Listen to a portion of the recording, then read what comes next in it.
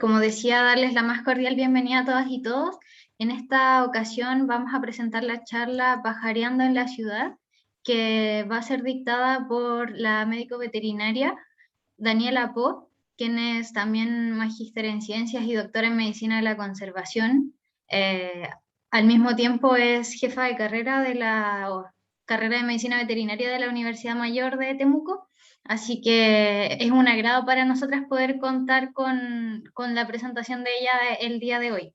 Y además quería comentarles, para quienes no nos siguen en redes sociales, que hoy día vamos a estar haciendo un sorteo a través de nuestro Instagram de la guía Aves de Chile, que es la que tengo acá. Espero que se vea bien. Esta es una guía bastante útil al momento de salir a observar aves. Tiene distintas especies, aparecen algunos datos sobre las especies y formas de identificación, además de alguna información sobre la zona geográfica donde habitan y algunas vocalizaciones. Tiene los códigos QR para poder para escuchar las vocalizaciones. Así que les invitamos a participar del sorteo. Va a estar súper bueno. Para participar tienen que subir una historia en la charla, ya sea sacar la foto de, no sé, del computador o si quieren aparecer ustedes también y etiquetarnos y poner el hashtag concurso Araucanía Silvestre. Así que les invitamos a participar y después, una vez terminada la charla, vamos a grabar un en vivo en nuestro Instagram haciendo el sorteo para que se animen. Y también comentarles que al terminar vamos a enviarles una encuesta de satisfacción para que ojalá la puedan contestar y así nos ayudan a nosotras a mejorar nuestras actividades y a seguir haciendo más actividades a futuro. Así que sin más que agregar, podemos comenzar nomás con la charla. Ya. Muchas gracias por la presentación y también por la invitación a participar en estos ciclos de charlas que están realizando y también felicitarlos por la iniciativa. Bueno, la verdad es que cuando me propusieron, ¿cierto?, algún tema relacionado con la biodiversidad y las ciudades, recordé esta temática que en lo particular me encanta. Debo aclarar que no soy ni una experta ornitóloga ni nada por el estilo, pero quiero eh, invitarlos desde la experiencia personal y también con la evidencia científica que existe alrededor de esto, a observar las aves, ¿ya? Entonces, para comenzar, quiero hacer la siguiente pregunta,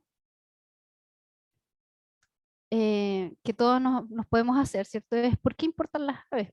En realidad, ¿por qué? ¿Por qué nos interesa conocerlas? ¿Por qué nos interesa que existan finalmente?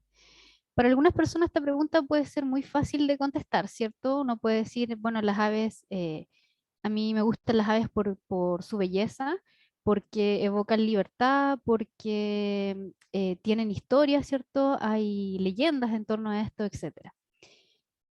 Independiente de esa apreciación que podamos tener y de esa fascinación por las aves, también tenemos que pensar que las aves cumplen un rol muy importante dentro del ambiente.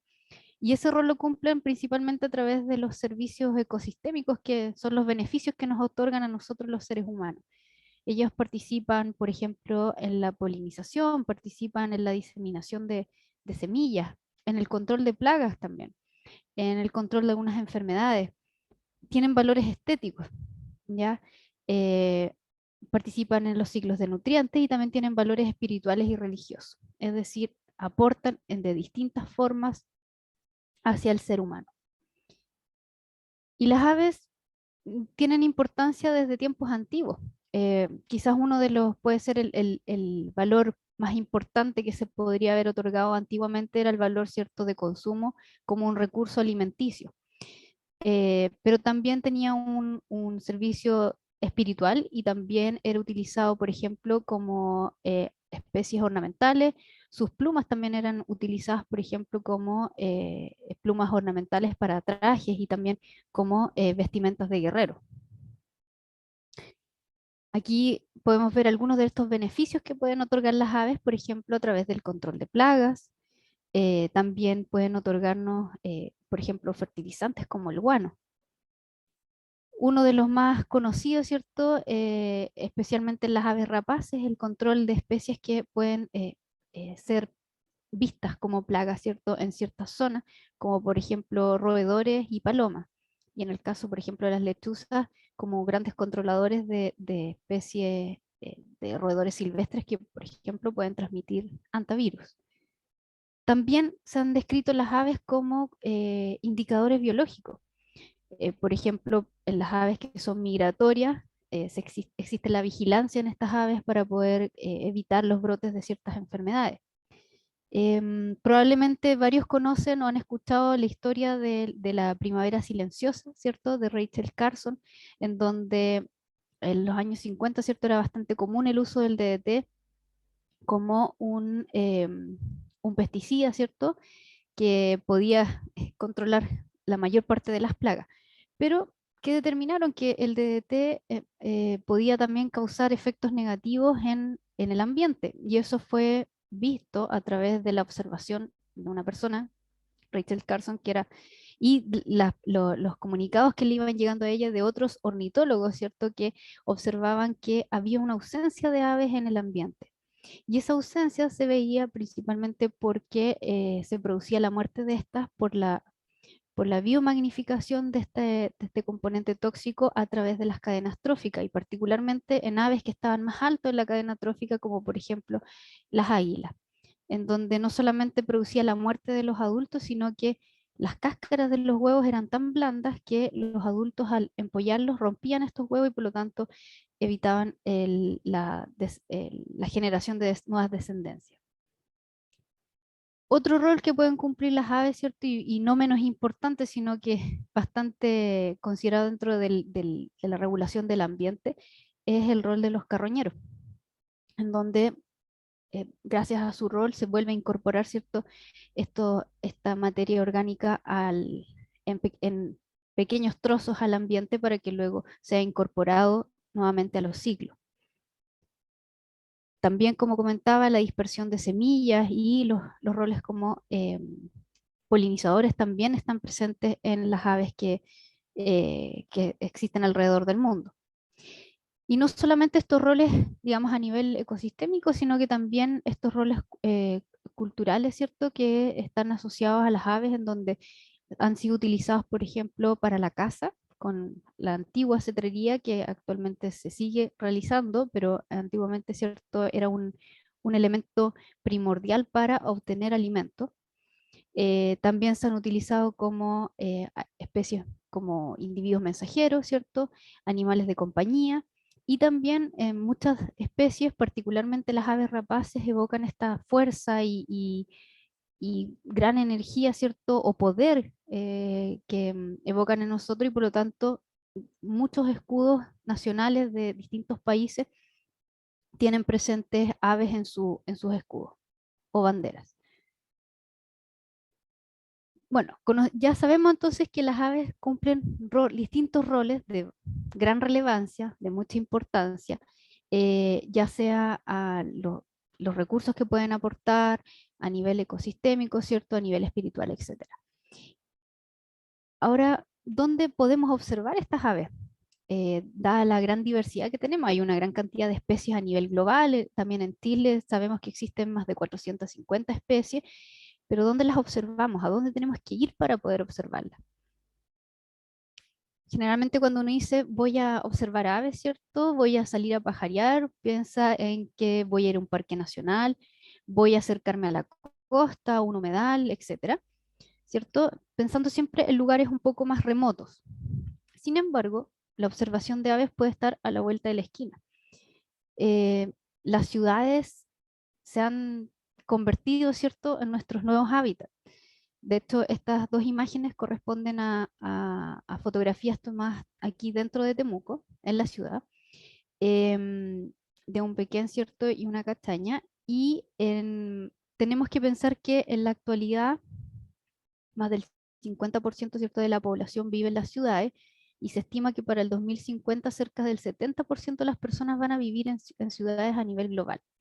Y por lo tanto, las oportunidades que tenemos de encontrarnos en zonas más bien remotas son cada vez más escasas. Entonces tenemos dos opciones: o dejamos de conectarnos con la naturaleza, o buscamos otras formas de naturaleza, digamos, otro tipo de conexión. Entonces, tenemos que repensar este concepto de naturaleza, quizás también repensar las ciudades, tener un diseño un poco más, digamos, más similar a lo que es la naturaleza en la realidad, y volver a conectar con estos espacios. ¿Por qué es tan importante esta conexión con estos espacios naturales, digamos? Porque el observar aves y el invitarnos a observar aves en el exterior y estar en contacto con la naturaleza nos lleva a un vínculo con esta.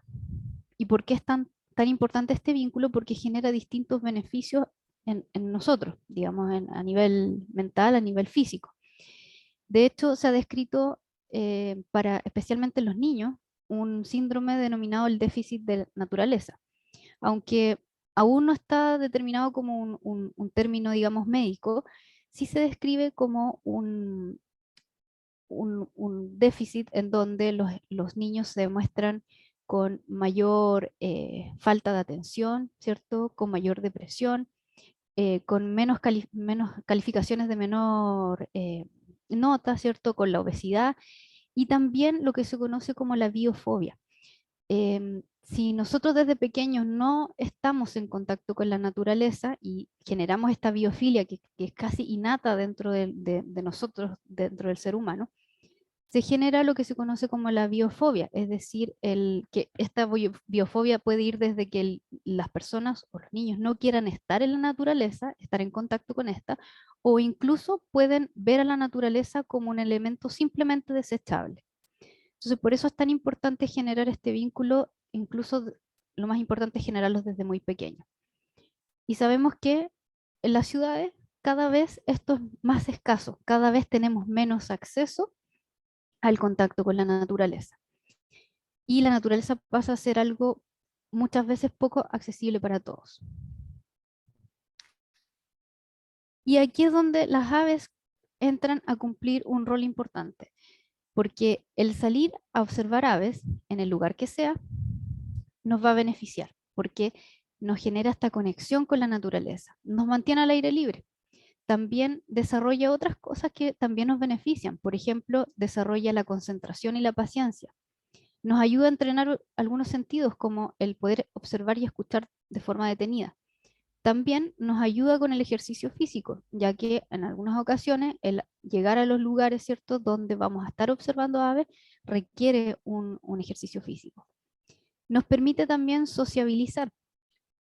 Observar aves puede hacerse de forma individual, pero en general hacerlo en forma grupal y con gente que ame, ¿cierto? También hacer esta actividad es muy entretenido. Puede realizarse en cualquier sitio, como les comentaba, y a cualquier edad.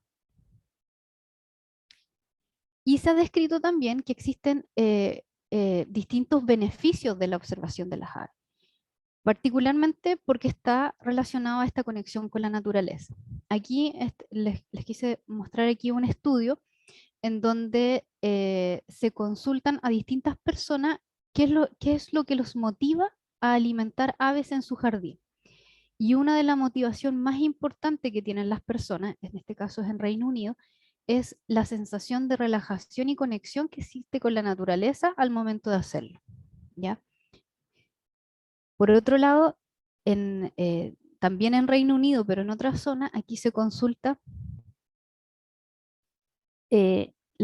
o relacionan, digamos, la cantidad de especies que logran reconocer las personas versus cuán conectados se sienten con la naturaleza.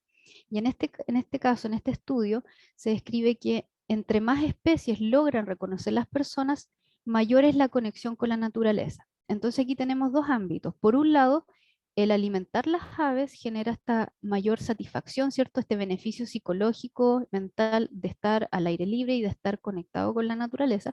Pero por otro lado, el que yo además logre reconocer las especies y logre identificarlas, me va a generar una conexión aún mayor con la naturaleza y por lo tanto los beneficios que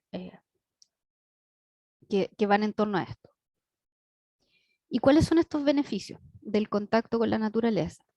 Primero, se ha descrito, aquí hay varios estudios que demuestran de forma empírica y teórica y también anecdótica los beneficios que podemos obtener de la naturaleza. primero en pacientes se ha descrito que están, por ejemplo, pacientes que han salido de alguna cirugía, se describe una recuperación más rápida.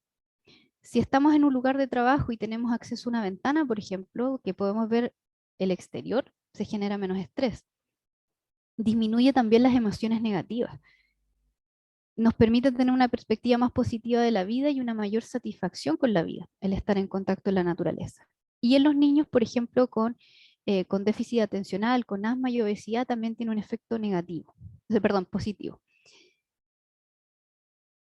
Pero a pesar de todos estos beneficios que tenemos, ¿cierto? De que podríamos obtener al salir a observar aves, simplemente no las vemos, particularmente en las ciudades, porque es distinto cuando uno va, ¿cierto? Con la convicción de ir a un lugar, a un parque o a un humedal a observar aves. Pero dentro de la ciudad, ¿por qué no las vemos? Porque estamos demasiado ocupados, ¿cierto? Estamos pendientes de los celulares, estamos pendientes de la última publicación, estamos pendientes del trabajo. Las jornadas laborales son tan extensas que entramos a trabajar, ¿cierto? Muy temprano en la mañana y salimos cuando ya está oscuro. Entonces tenemos aquí ciertos elementos de nuestra vida cotidiana que nos están impidiendo ver las aves.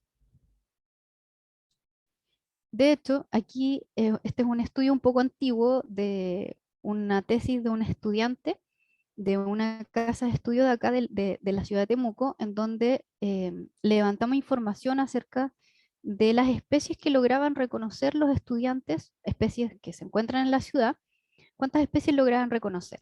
Se encuestaron a 231 estudiantes de distintas carreras y aquí pueden ver en esta gráfica el número de estudiantes que logran reconocer efectivamente a distintas especies que se les mostraban como imágenes. Si se fijan, las especies más reconocidas es la paloma doméstica y esa va seguida de la bandurria, picaflor chico y treile. Hay especies que ni siquiera se lograron identificar, como por ejemplo el tijeral, y otras en menor medida, como por ejemplo el cachudito y la cotorra argentina, que en algunos casos, cierto, eran confundidas con otras especies. Por lo tanto, tenemos especies que son fácilmente observables dentro de una ciudad, pero que son escasamente observadas, cierto, vistas, conocidas por las personas que habitan en esa ciudad. Y estas aves que viven dentro de la ciudad, em, su presencia, digamos, está determinada por distintos factores, ¿ya? Eh, por ejemplo, porque tenemos por un lado, ¿cierto?, el poder ver estas especies, pero también tenemos, por otro lado, cuál es la probabilidad de poder encontrar alguna de estas especies dentro de la ciudad. Y eso va a depender un poco, ¿cierto?, con estos factores que influyen sobre la presencia de esta. Por un lado tenemos el tamaño de los fragmentos vegetales, o sea, qué tan grandes son estas áreas verdes. Qué tan grandes también son los fragmentos vegetales que están quedando como refugios de flora nativa. Tenemos también la combinación o la estructura y diversidad de la vegetación que encontramos dentro de las áreas verdes. Qué porcentaje tenemos de especies nativas y qué porcentaje tenemos de especies exóticas, por ejemplo. También la perturbación humana, es decir, cuánto flujo vehicular y peatonal existen en los sectores donde estamos observando. La heterogeneidad de la matriz circundante, la matriz que circunda a estos fragmentos de áreas verdes, algunas otras amenazas que vamos a comentar a continuación y también la contaminación ambiental y acústica que puede estar presente en la ciudad, que también está dentro de las amenazas que están presentes para las aves. ¿Qué pasa en Temuco? A ver, ¿qué conocemos de Temuco acerca de tanto las aves que están presentes como también de los factores que influyen sobre la presencia de estas aves?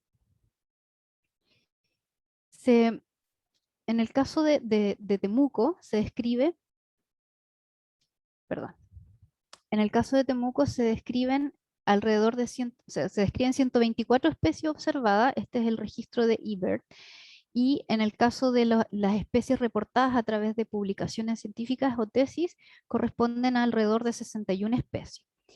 Y quise poner los dos números porque también aquí nos demuestra que en algunos casos y en particular aquí en este caso, la ciencia ciudadana a través de los reportes de eBird demuestran, ¿cierto?, que el reconocimiento y la observación de distintas especies es mayor, ¿cierto?, a través de este mecanismo, ¿ya?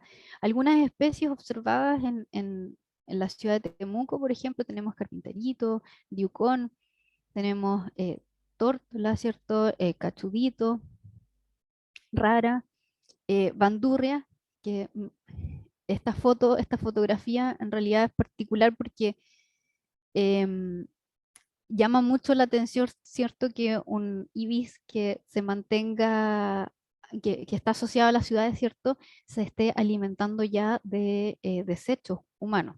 Por eso llama mucho la atención. Tenemos también cotorras argentinas. De hecho, es interesante poder observar a través de los años cómo ha aumentado las distintas, digamos, esta población que está asociada a un sector en Temuco y cómo han ido apareciendo ciertos nuevos nidos en esta área a través de los años. Bueno, carroñeros, ¿cierto? Tenemos jote cabeza negra, tenemos en las zonas de humedales, ¿cierto? Tagüita, eh, tenemos distintas especies, ¿cierto? Nicticoras, el guayrabo, ¿cierto? Y también se ha descrito para Temuco algunos elementos que influyen sobre la presencia de distintas especies, tanto lo que influye sobre la riqueza como también en la diversidad de esta. Hay algunos estudios, por ejemplo, que describen que la diversidad de especies está determinada por las áreas de mayor tamaño, los árboles, la presencia de árboles y arbustos nativos y la cubierta de arbustos. Y por otro lado también tenemos estudios que lo que aparece aquí en la imagen, ¿cierto? Que la mayor riqueza de especies está asociada al menor tráfico vehicular y también peatonal. En esta otra imagen, ¿cierto? Podemos ver las riquezas de especies en la gráfica superior en distintas áreas verdes de Temuco. Cada uno de los sitios que aparecen ahí representa un área verde y podemos ver que las áreas con mayor riqueza están asociadas a las zonas de los parques de mayor tamaño y también los que se encuentran en sitios más periféricos de Temuco. En el caso de la línea roja representa la riqueza de especies total y en el caso de la línea azul representa la riqueza de especies, solamente de especies nativas. En la gráfica de abajo, similar, pero aquí hablando de diversidad, vemos la diferencia entre en la diversidad total y la de especies nativas en los distintos sitios también que fueron evaluados en este estudio. También aquí, aquí es la diversidad, es importante destacar la diferencia entre la diversidad aquí nativa y total, porque está bastante influenciada aquí, en este caso, por especies exóticas como la paloma doméstica y también en el caso de los gorriones. Fíjense aquí en la plaza Dagoberto Godoy y, y Teodoro Smith, ¿ya? Que hay una diferencia entre nativa y total. Bueno, algunas áreas en donde podemos observar aves aquí a nivel local.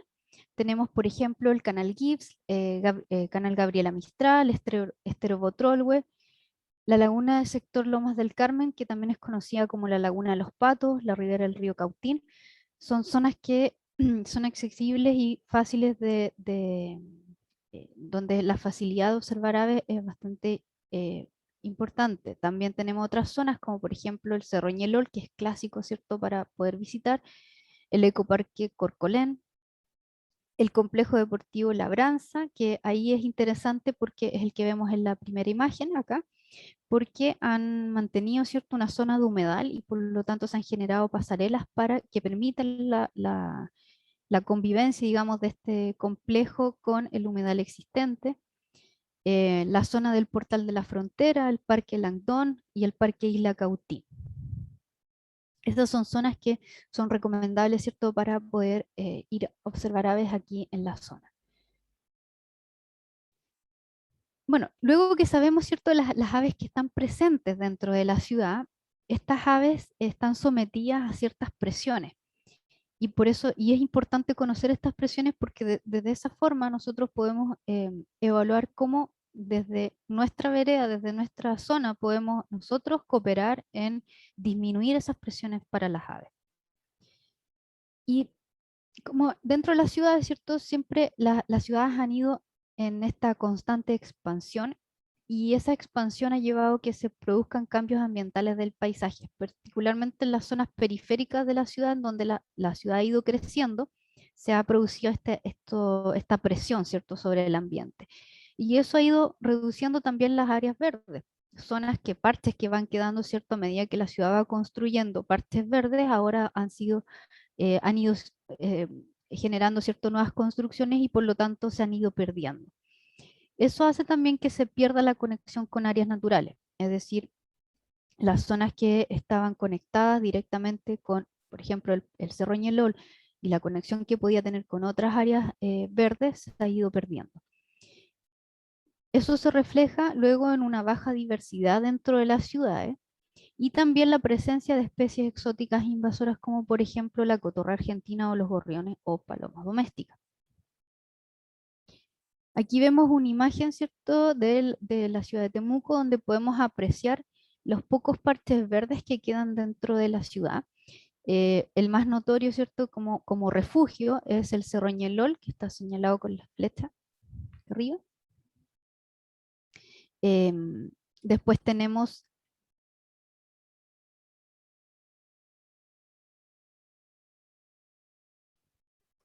tenemos acá, ¿cierto? Otras zonas de áreas verdes y una de las más importantes, aparte del Monumento Natural Cerro Ñelol, es la isla Cautín, ¿cierto? Como una zona de refugio para las especies. Y el resto de las áreas verdes pueden funcionar, estos fragmentos funcionan como áreas de conexión, como áreas de descanso entre cada una de estas áreas de refugio de mayor tamaño.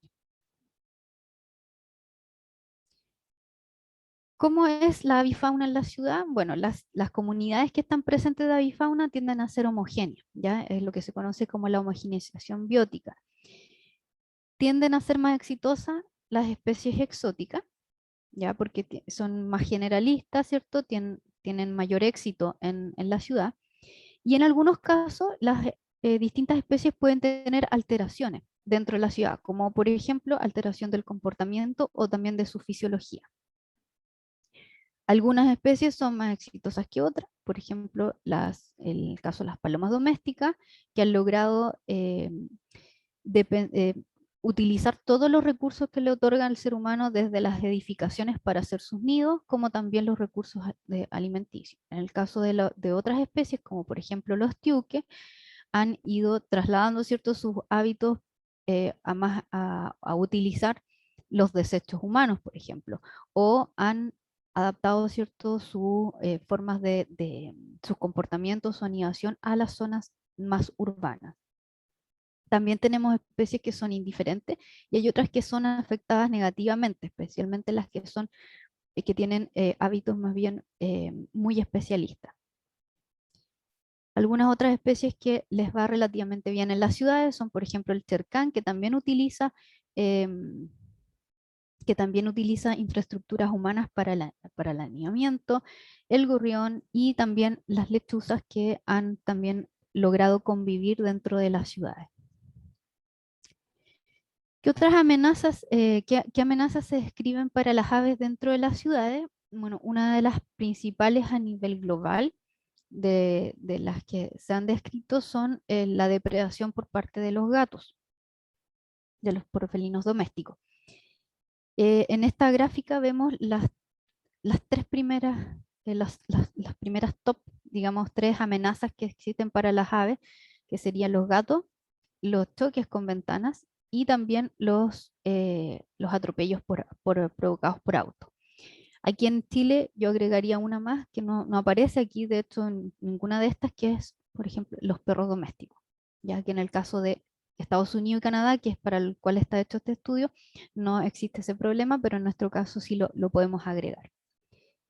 En el caso de los gatos, existe una estimación anual para Estados Unidos en donde se estima de 1,4 a 3,7 billones de aves muertas por gatos domésticos al año. Disculpe que ¿Sí? la interrumpa, se quedó pegada en la diapositiva de expansión urbana, refugios en la ciudad. No sé si tal vez dejando de compartir y volviendo. Uh, hace rato. Ya. Em,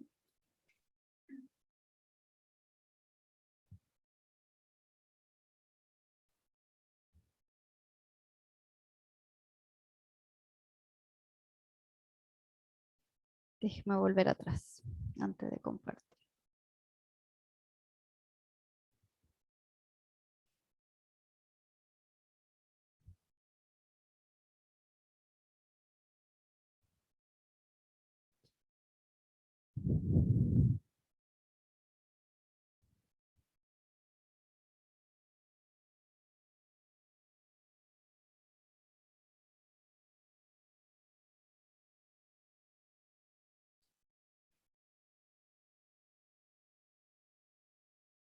Ahí sí, Sí, ahí se ve de nuevo.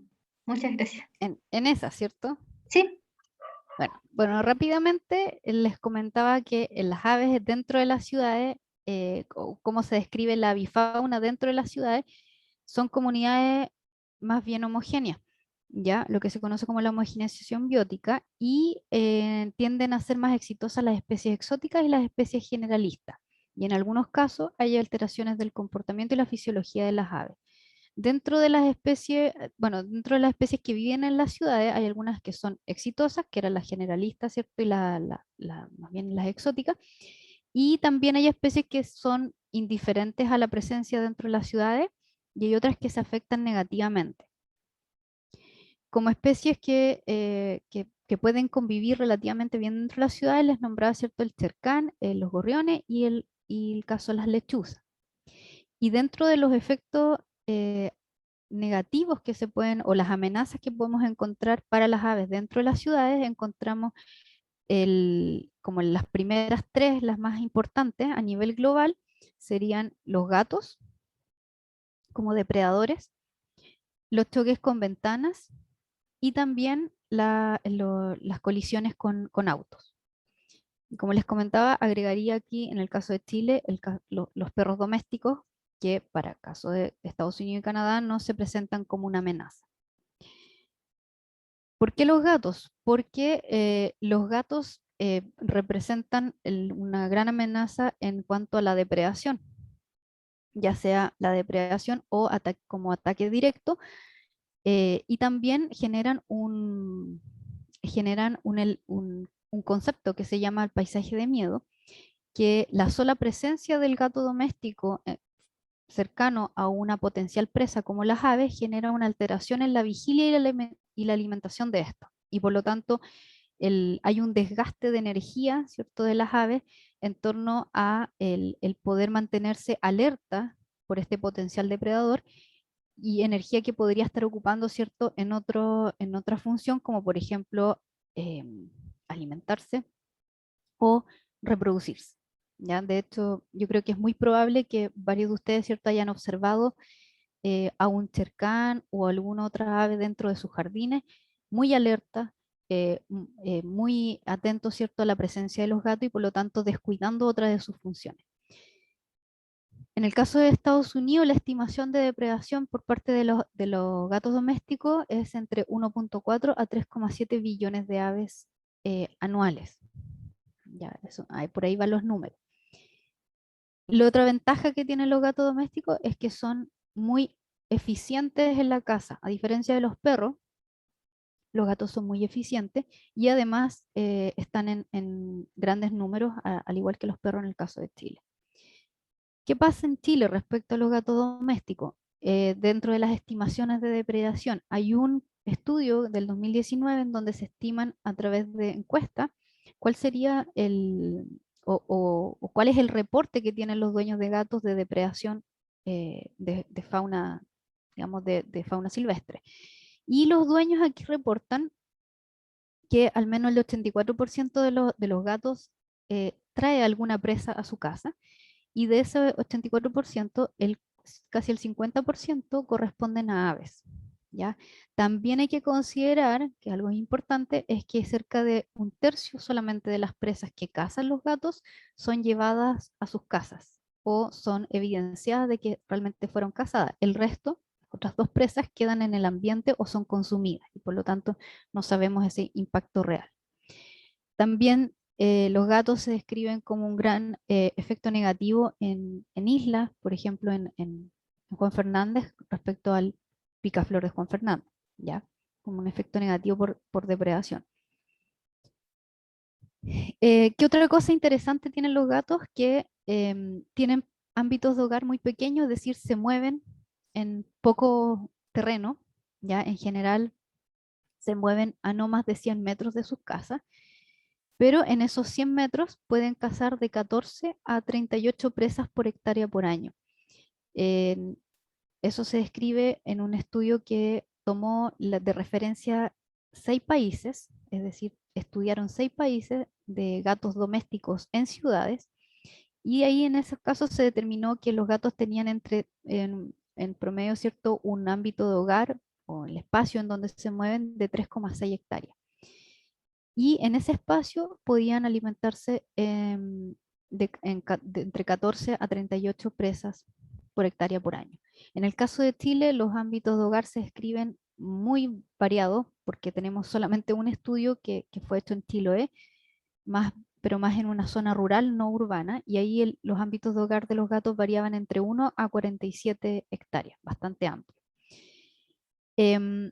Uno podría decir, bueno, 14 presas por hectárea por año quizás no es tanto, pero hay que considerar que si comparamos un gato con un depredador nativo de similar tamaño, tenemos que un gato activo, un gato que se mantiene outdoor y que se mantiene en movimiento, podría cazar 10 veces más que un depredador nativo del mismo tamaño, y en el caso de un gato que es más bien perezoso, podría cazar alrededor de 4 veces más que una especie similar nativa. Y además tienen vidas más largas y tienen mayor densidad poblacional. Entonces, pueden generar un efecto negativo sumatorio mucho mayor. Como les comentaba, los perros también aparecen como una amenaza para para las especies de aves, especialmente en las zonas donde tenemos humedales. Y tenemos varios humedales dentro de las ciudades, como por ejemplo el humedal Tres Puentes en Punta Arenas, que es una reserva natural urbana. Acá en Temuco también tenemos zonas que son de humedales que están considerados urbanos y que también pueden tener el impacto por parte de los perros.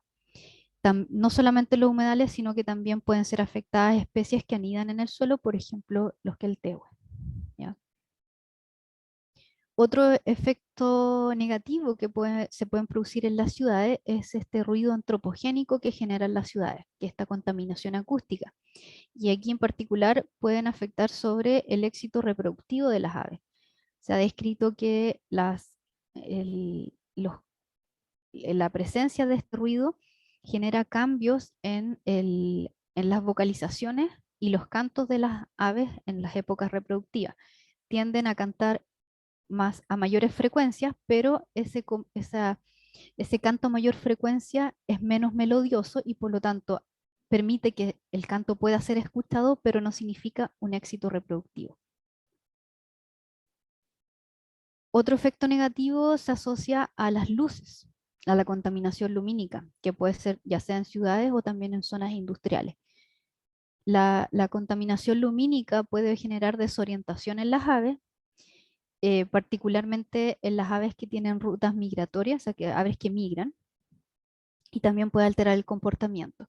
En el caso de las rutas migratorias, hay que recordar que las aves, cuando migran durante la noche, ¿cierto?, utilizan ciertas señales visibles o invisibles. En el caso de las señales visibles, pueden utilizar cuerpos luminosos, como por ejemplo las estrellas, para guiarse.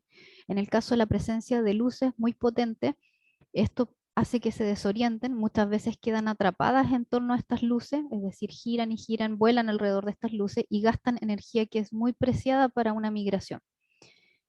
En el caso de la alteración del comportamiento, hay algunas aves que incluso aves que son rapaces diurnas, cazan durante la noche porque se mantiene las ciudades muy iluminadas. Y en la imagen pueden ver acá que probablemente conocen, ¿cierto? En el norte, en la zona centro-norte, los casos de golondrinas de mar desorientadas por las luces, en donde en su intento por llegar desde las zonas donde nacen, ¿cierto? Hacia el mar. Y en el caso de esta otra imagen, no corresponde a Chile, pero es el Memorial 9/11 de Estados Unidos, que se enciende una vez al año, ¿cierto? El 11 de septiembre, y las luces son tan potentes y justo coincide con épocas de migración y las aves quedan volando en torno, ¿cierto? A estas luces muy desorientadas, que son miles de aves que quedan desorientadas, y por lo tanto cada cierto tiempo tienen que apagar estas luces para que estas aves logren salir de esta desorientación.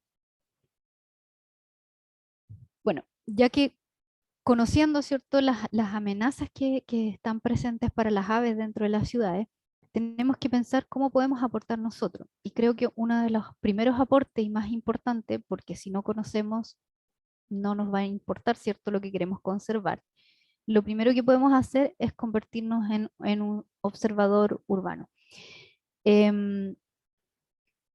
Uno podrá pensar que para observar aves hay que ser un experto o hay que tener un gran equipo y en realidad no es así.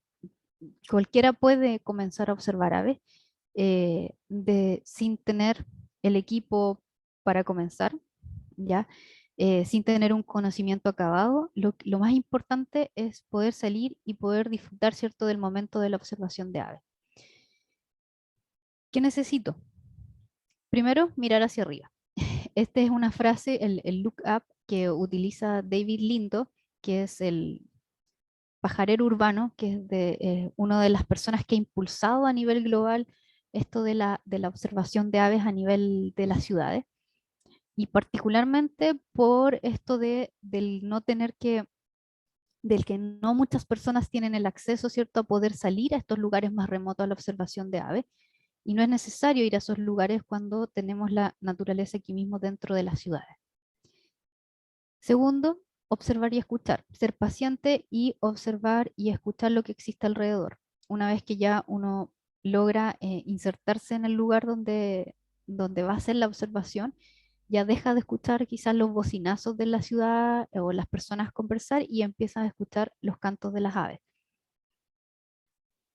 Definir un parche o un spot, como dicen algunos pajareros, que es una zona que uno pueda visitar recurrentemente y llevar ahí un registro, ¿cierto?, de lo que se está observando, y a medida que uno va observando día a día, puede ya ir identificando las distintas especies y posteriormente incluso notar cambios en el comportamiento, por ejemplo, a través de las estaciones. ¿Qué equipo necesito? Ahí va con un asterisco porque en realidad no es necesario un equipo en particular, pero si ya queremos ir introduciéndonos un poco más en el tema de la observación de las aves, lo primordial, ¿cierto?, sería tener unos binoculares, un cuaderno para hacer anotaciones, ¿ya? Como los antiguos naturalistas en donde podíamos ir dibujando todas las especies que podíamos ir observando. Podemos adquirir también una guía de identificación, como por ejemplo la que van a sortear hoy día. Una de las más clásicas, ¿cierto? Y que es de fácil entender, es liviana, y contiene la mayor parte de las especies que se pueden observar es la de aves de Chile Álvaro Jaramillo. Y actualmente también tenemos la posibilidad de utilizar aplicaciones que nos permiten identificar las aves, como por ejemplo Merlin de eBird, que nos permite cargar paquetes para las ciudades en las que nos encontramos o las zonas en que nos encontramos y poder así hacer la identificación o la ayuda de la identificación de las aves. Perdón. Y también si queremos algo un poco más, digamos, un equipo más contundente, particularmente para la observación de aves, por ejemplo, en humedales o en costa, podemos obtener algún telescopio. ¿Cómo se diferencia una ave de otra?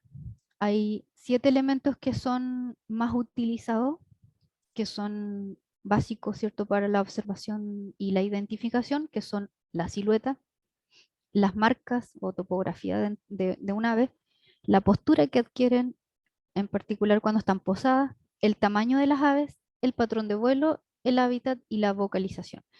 En el caso de la silueta es bastante útil porque nos ayuda a poder agrupar, por ejemplo, las aves dentro de algún orden o familia. En el caso de las marcas o la topografía, nos ayuda, ¿cierto? Primero conocer cómo se describe cada una de estas zonas de las aves y luego poder ayudarnos junto con las guías de identificación, cómo se describe cada una de estas áreas, las coloraciones, por ejemplo, o las formas que pueden tener cada una de estas zonas del ave, cómo se describen. También existen asociados también a estas características morfológicas otras características que son especiales que nos ayudan al reconocimiento de las especies, como por ejemplo los discos faciales, ¿ya?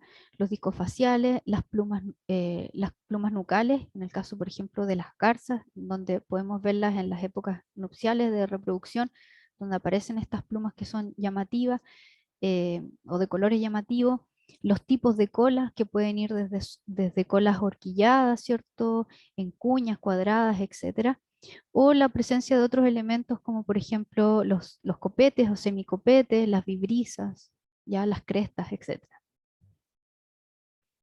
Los patrones de vuelo también ayudan a la identificación, ya que hay algunos que son muy característicos, por ejemplo, el bailarín, ya nos ayuda a la identificación en vuelo de la especie.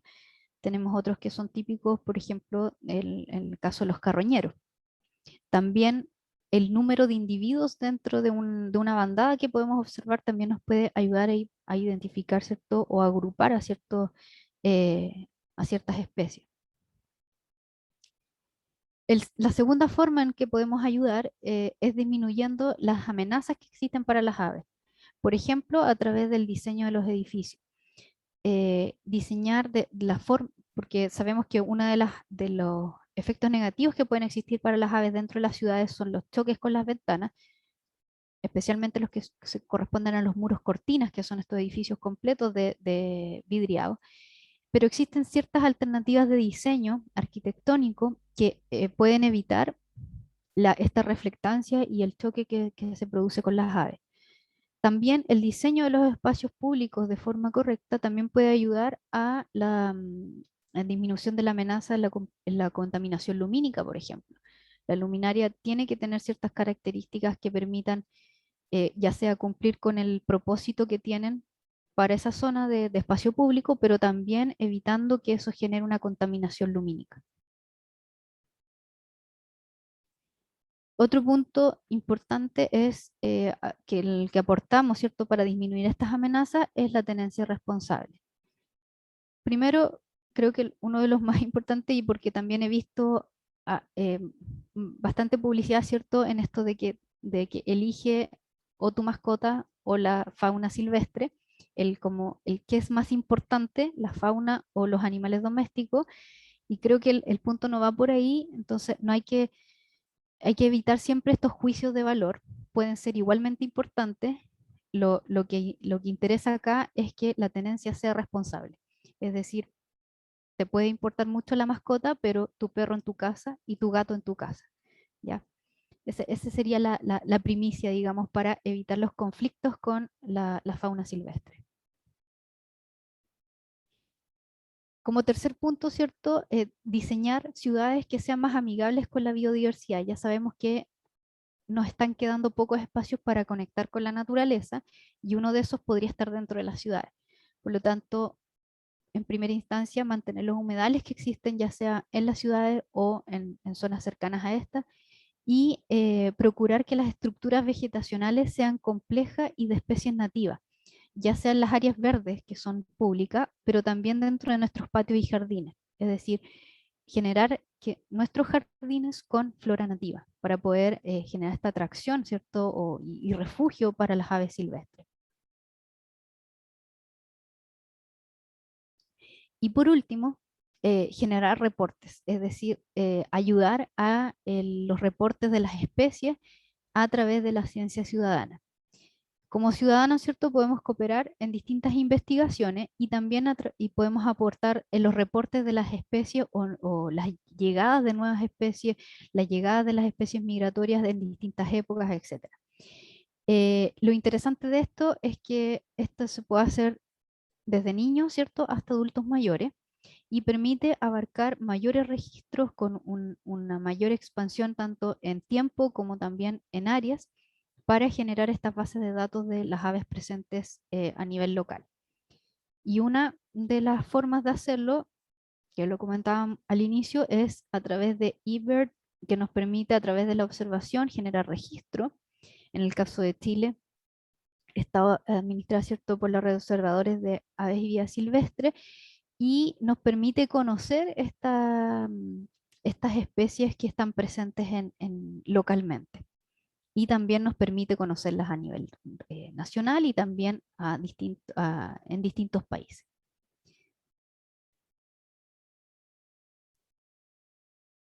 Bueno,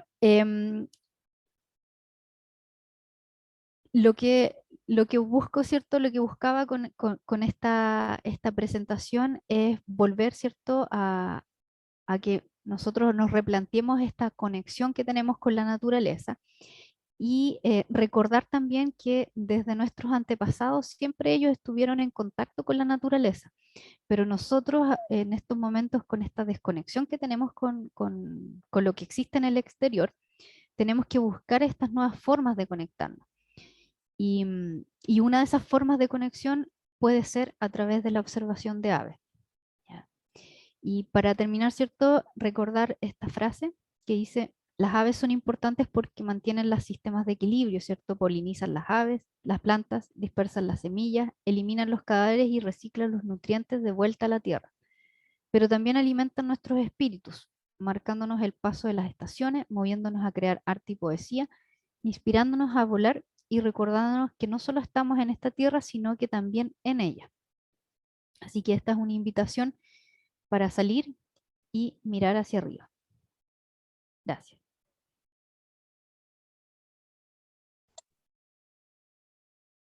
Muchísimas gracias por la excelente charla que nos presentó el día de hoy.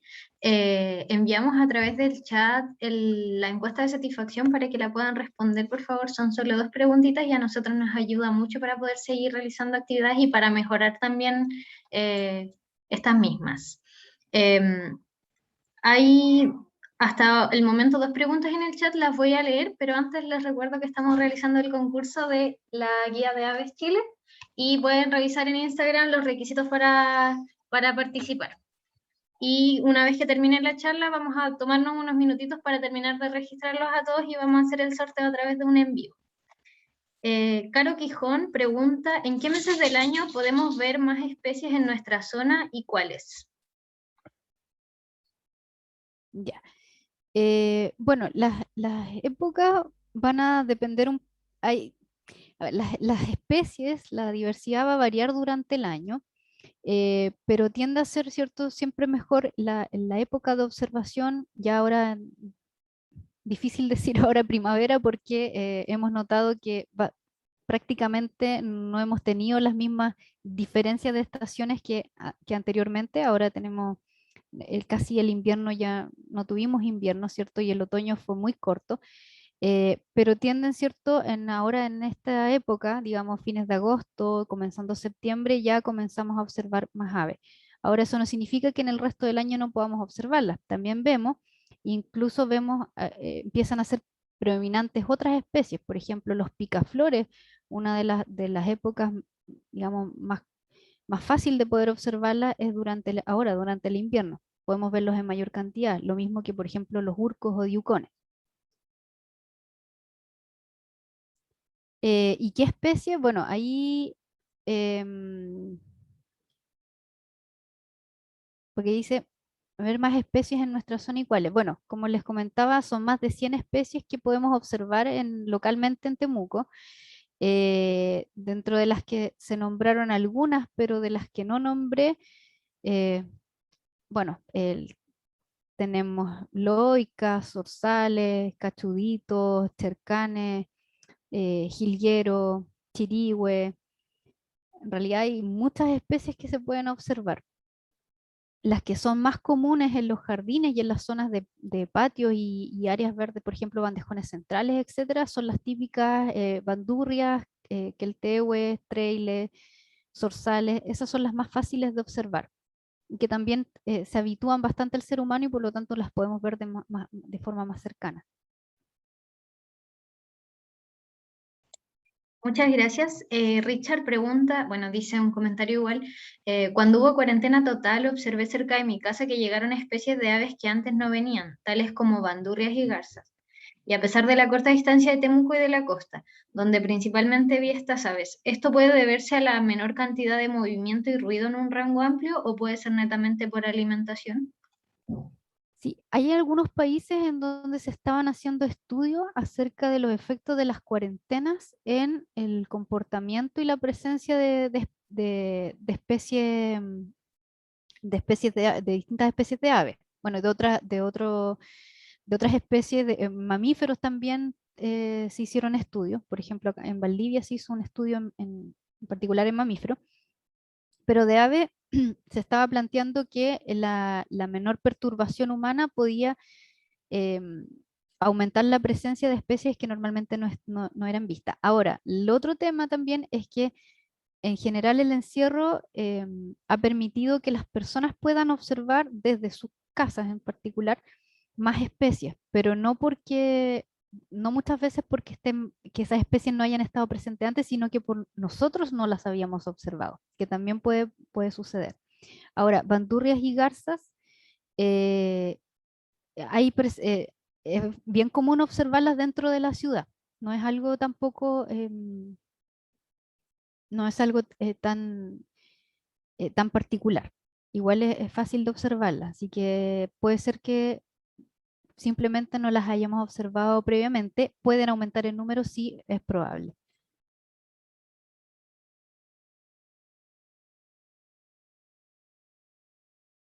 Dice.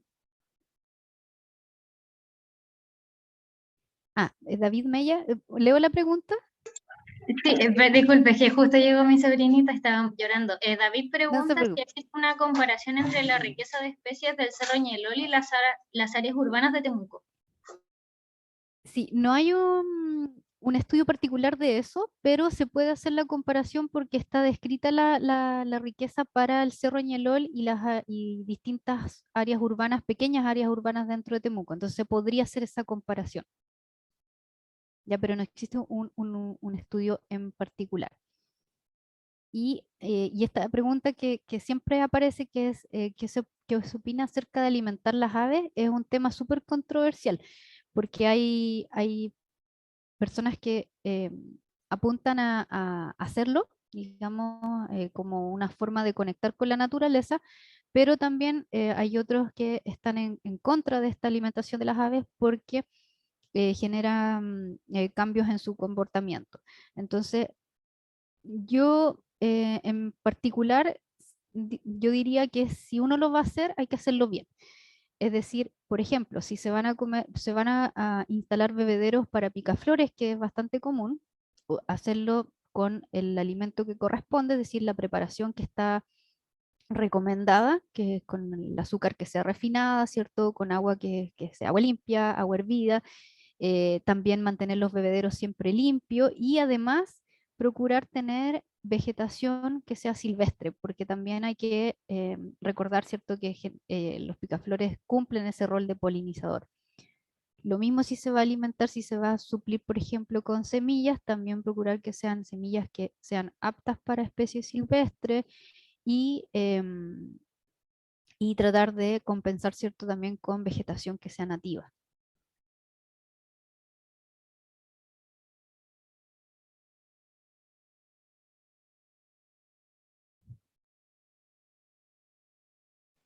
Bueno, Ah, ahí y también llegó otra pregunta de Cyril, disculpa si no lo pronuncié bien, que pregunta si hay algún acercamiento desde las organizaciones pro avifauna con las autoridades locales para promover iniciativas como las que se mostraban en esta charla, por ejemplo, lo de las zonas de protección urbana, etcétera. em, hasta lo que yo conozco, no. no existe ese acercamiento con autoridades locales, pero sería súper interesante poder hacerlo. Y me voy a saltar un poquito más atrás, que alguien preguntaba por los humedales, ¿cierto? Que son en zonas del fondo del Carmen. Allí hay que tener ojo porque los humedales que son considerados, que tienen la categoría de humedal urbano, uno puede solicitar, ¿cierto? A través de la municipalidad y a través de, de alguna agrupación, por ejemplo, de vecinos, puede solicitar la protección de ese humedal. Acuérdense que hay una ley de protección para los humedales que son urbanos, ¿ya? Entonces es bueno considerarlo.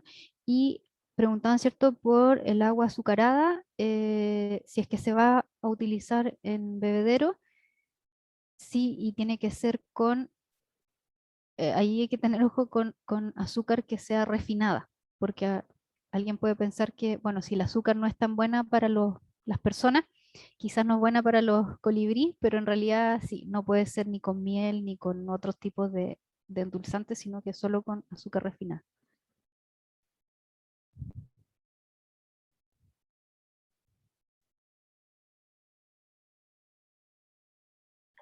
No sé si alguien más tiene alguna otra pregunta, si no para ir cerrando ya.